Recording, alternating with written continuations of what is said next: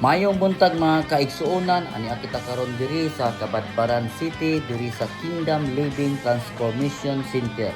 Adlaw karon Domingo sa pagdaig ug pagsimba sa tumbuhi nga Dios.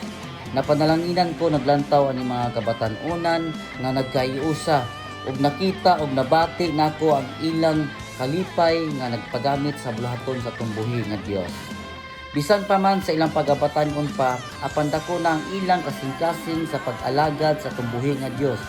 Dili lang sila nagtukar og musika, kundi nagdala usab og paglaom, pagtuo o pagdaig sa atong buhi nga Dios pinaagi sa ilang talento nga gikan sa Ginoo. Nagaingon ang Jeremiah 29:11, "Nasayod ako sa akong mga plano alang kaninyo, plano alang sa inyong kaayuhan ug dili sa kaalawkan. Plano sa paghatag kaninyo paglaom ug maayong kaugmaon." God bless ug daghang salamat.